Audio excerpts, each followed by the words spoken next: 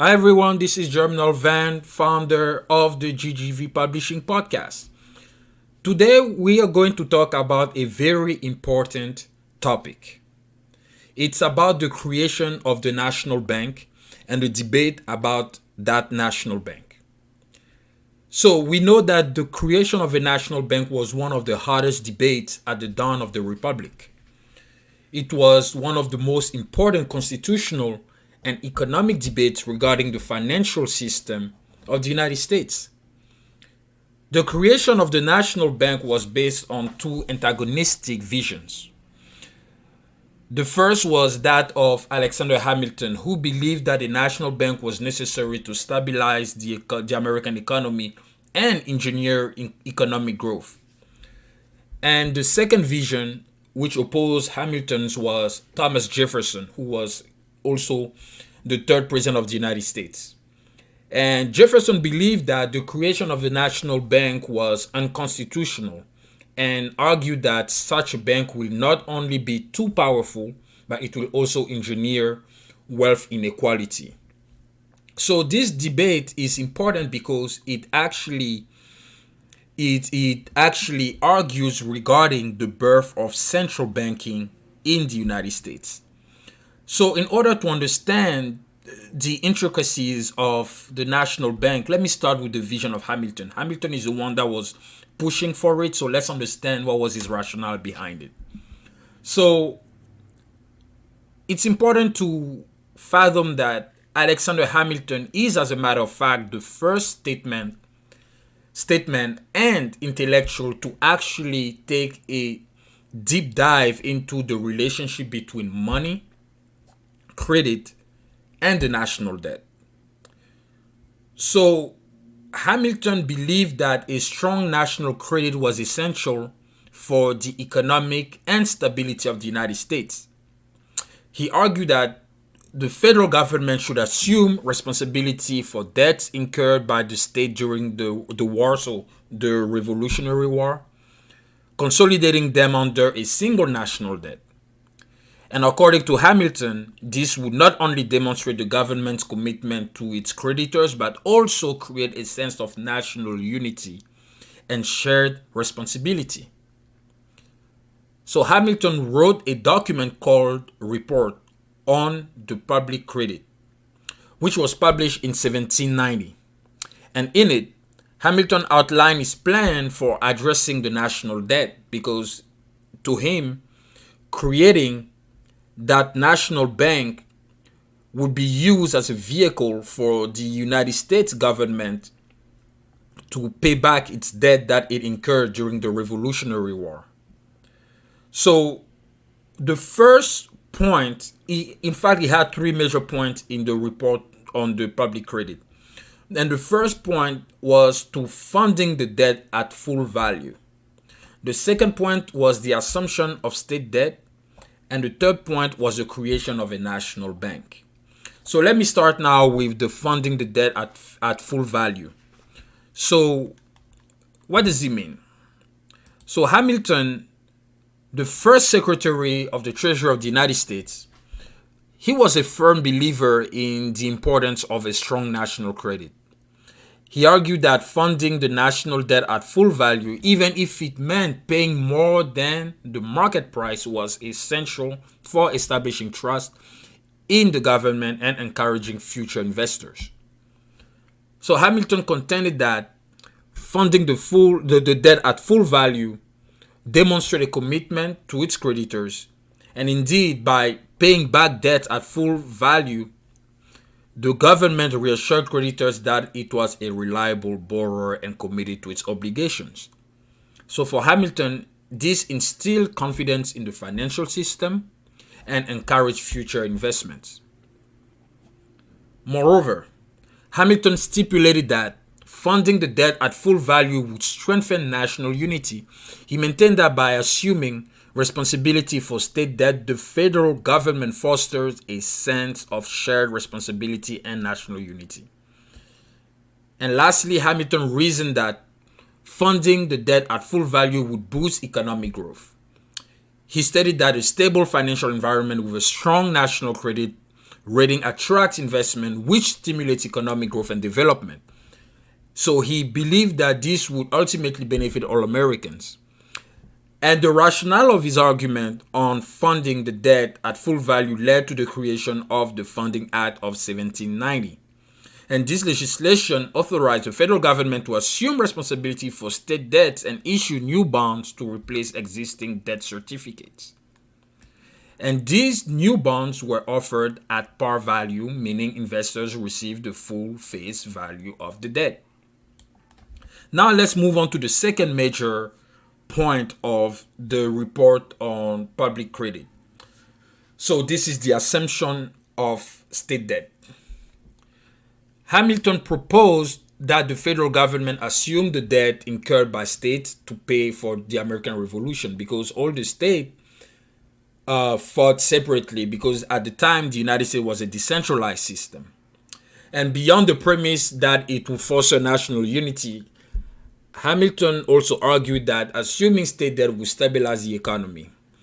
He contended that the assumption of state debts allowed the federal government to consolidate and manage the national debt efficiently, which would create a more stable financial environment, attracting investments and stimulating economic growth. He also maintained that states that had incurred larger debt during the Revolutionary War were struggling financially.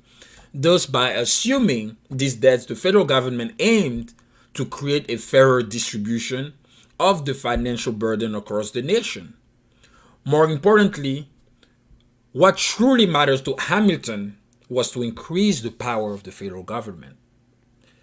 He believed that the assumption of state debts increased the power and influence of the federal government, and that was essentially his vision to create a strong central government capable of leading the nation's economic development.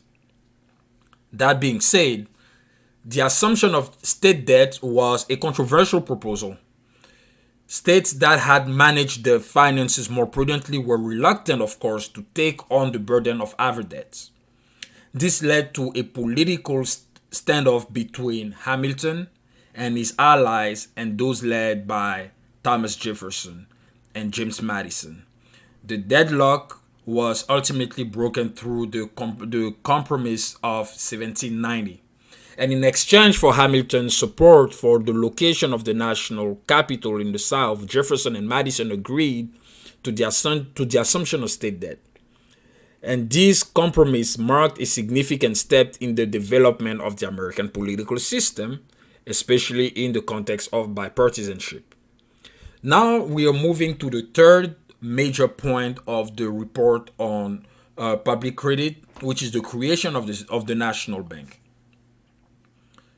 So Hamilton believed that having a national bank was an essential and indispensable tool to stabilize the currency, to manage the debt efficiently, and to stabilize the economy and to stimulate economic growth.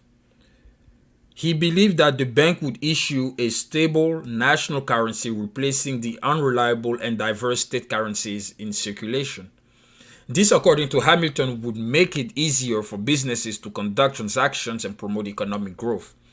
Hamilton saw the national bank as the government's treasurer, the same way the Federal Reserve has become some sort of the federal government's treasurer.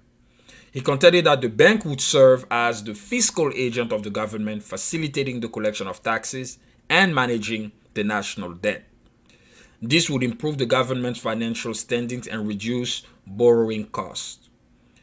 In fact, that's where it's important to also make the distinction between the central bank and the national bank. So the difference between the national bank and a modern central bank is that central banks, in fact, apply monetary policy. They're the one that determine interest rates. They're the one that determine the level of cash reserve. The national bank could not do those things. They were just the bank of the government, collecting taxes and determining the rate at which the government could borrow money. That's it. But they were not determining the national interest rates for everyone the same way the Federal Reserve is doing it today. They're not using like the Taylor rule that is targeting inflation at 2%. They're not they didn't have the power to determine the level of the cash reserve, how much money that commercial banks should have in their reserves, and so on and so forth. So that's why the national bank, although it's not it was not a central bank, it was, as a matter of fact, the beginning, the commencement of central banking in the United States. That being said, Hamilton argued that a national bank was necessary to stabilize the financial system, the same way today we have a central bank acting to stabilize the financial system, according to central bankers. I personally don't believe that a central bank is able to stabilize the financial system. Nevertheless, Hamilton foresaw the bank as a lender of last resort, providing financial assistance to businesses and individuals during times of economic hardship, which he believed would help stabilize the economy and prevent financial crisis. And lastly, he maintained that by providing credit to businesses, the bank would stimulate economic activity and create jobs. This, in his eyes, would contribute to the overall prosperity of the nation. Now that we pretty much assess the whole point of Alexander Hamilton on the need to create a national bank, what about Jefferson? What Jefferson said? We heard his name a little bit about the fact that he came to agree with Hamilton on compromising the redistribution of the debt burden. But what is the original thought of Thomas Jefferson on this whole debt, on this whole national bank and debt issue? So Thomas Jefferson, first and foremost, was the intellectual and ideological nemesis of Alexander Hamilton. And he did not see the national debt as a tool of economic growth, but as a hindrance to economic progress and a political weapon to manipulate the economic system. Thomas Jefferson was deeply concerned about the potential dangers of a large national debt, arguing that it could undermine individual liberty, weaken the republic, and burden future generations. Jefferson believed that a large debt could lead to a moral decline, where people would rely on government support rather than hard work and individual responsibility. He argued that this could foster a culture of dependence and erode the spirit of self-reliance that is essential for a republic. Moreover, he argued that a large debt could lead to increased taxes and government intervention in the economy, ultimately restricting individual freedom, and he feared that this could ultimately lead to tyranny and undermine the very principles upon which the United States was founded. He was utterly convinced that incurring a large debt would unfairly burden future generations who would have to pay for the government spending today. He believed that the government should prioritize a responsible fiscal management and avoid accumulating unnecessary debt. So Jefferson's opposition to the national bank was twofold. First, he had a strict interpretation of the US Constitution, arguing that the power to establish a national bank was not explicitly granted to the federal government by the Constitution. And he argued that the necessary and proper clause could not be used to justify any action beyond those enumerated powers. And second, Jefferson feared that a national bank would concentrate too much power in the hands of the federal government, ultimately leading to tyranny. He believed that the power to issue money should remain with the state. Jefferson was convinced that a national bank would create a financial monopoly that would favor wealthy businessmen and merchants in urban areas, while neglecting the needs of farmers and rural communities. He saw this as a threat to Republican ideals and economic equality. And furthermore, Jefferson believed that the states should have the power to charter their own banks, fostering competition and catering to local needs. He saw the national bank as a necessary intrusion into the affairs of the states.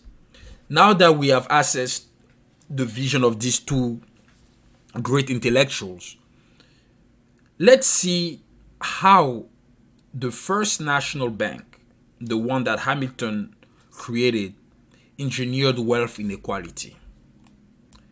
So, it ought to be said that Jefferson's fears over the creation of a national bank were actually warranted, as its creation generated the Cantillon effect in the early days of the Republic. And for those who don't know what the Cantillon effect is, the Cantillon effect is a it's basically the effect of inflation on the redistribution of wealth. So when the bank increased the money supply, it inflates the prices of goods, services, and assets. So asset owners, so usually people who are very wealthy and have their money tied to the investments, the value of their investments increase, right? And people who do not have the money tied to investments see the price of goods and services rising and the value of their money decreasing because their money is only tied up to their savings account. So this creates a uneven wealth distribution where the rich get richer and the poor gets poorer. So that created the Cantillon effect, the first national bank, the way it conducted business, the way it conducted the business of banking, already created uneven redistribution of wealth in the early days of the Republic. And that engineered wealth inequality in America in several ways. The first is that the bank favored large established business and wealthy individuals in its lending practices. So small businesses and farmers, particularly in rural areas, struggled to access credit and capital necessary for growth and prosperity. And this disparity hindered their ability to compete and accumulate wealth. Second, the national bank engineered inflation and asset prices increase, which widened the wealth gap. Undeniably, the bank's expansionary monetary policies, including issuing banknotes and engaging in credit creation, led to inflation and asset price increases. While this may have stimulated the economy overall, it primarily benefited wealthy individuals who owned assets like stocks and real estate as their value appreciates significantly. The middle and lower classes, whose wealth was primarily in wages and savings, were disproportionately affected by inflation, eroding their purchasing power and widening the wealth gap. Third, the bank's wealth and power allowed it to exert significant influence over political landscape, lobbying for policies that benefited its shareholders and wealthy elites. This influence further entrenched economic inequality by shaping regulations and legislation in favor of the rich and powerful. Fourth, the national bank's dominance challenged and ultimately weakened state-chartered banks, which often served the needs of local communities and smaller businesses. This consolidation of the banking system concentrated economic power in the hands of the central bank and its affiliates, further exacerbating economic inequality. Fifth, the bank's policies contributed to a wave of land speculation, particularly in the newly opened territories of the West. At the time, the United States was an agricultural society, and land was the most valuable asset among all asset classes. This then led to inflated land prices and dispossessed many small farmers and settlers, further concentrated land ownership and wealth in the hands of a few. So the ideological dispute between Jefferson and Hamilton on the role and impact of a national bank and the national debt was a testimony of how government is the catalyst of wealth inequality rather than capitalism, in my opinion. It is undeniable that capitalism and government both generate wealth inequality. Yes, that's true. But the difference between the two is that wealth inequality under pure capitalism, meaning no government intervention, is the result of an efficient allocation of resources based on individuals' choices, preferences, and values. Wealth inequality under government intervention, on the other hand, is the result of social engineering through planning policies that undermine the natural order of the market. Therefore, in order to answer the question of who was right, as the title of this episode suggests, Thomas Jefferson was right. Thank you.